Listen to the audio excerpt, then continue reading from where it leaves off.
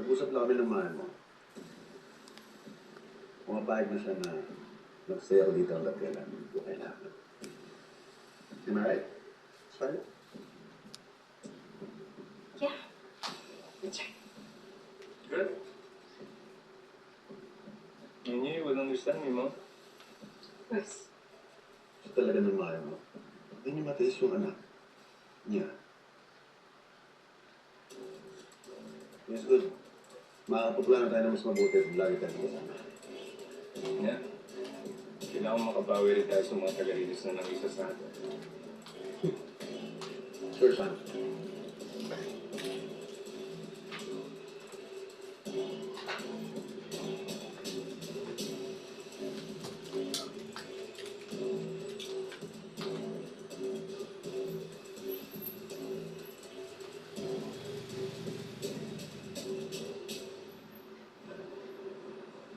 Napromote ako. Didistingan ako sa laro. Simula bukas iba na hawak ng drug case. Teka, paano kami? Sir, kayo na yung inaasahan namin eh. Oo, alam ko, pero kailangan ko turn over. So, ito lang feeling ko, kaya nila ako nilipat para bitawan ko yung kaso. Pero wala eh. Wala akong magagawa. Call of duty.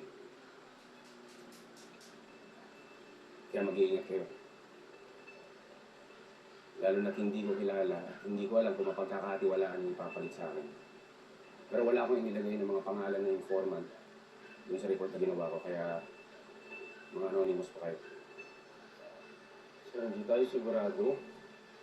Kalaban namin yung mga cemetery, baka namukhang kami. Sir, nakita po kami sa CCTV. Kahit anino lang kami ron, baka makilala kami ng tauhan nila Matos eh. Delikado na talaga.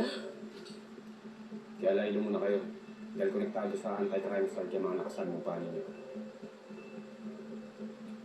Sorry, pero yun lang may papayo ko sa'yo.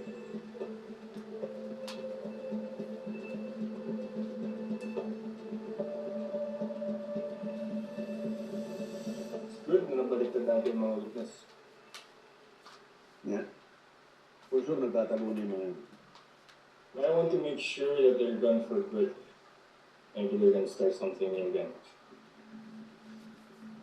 Well, alam natin taga-release sila. We know who they are. So, pwede ko na itawag yung Darwin. No, no need. Let's not waste any manpower on those nuisances. Mga taga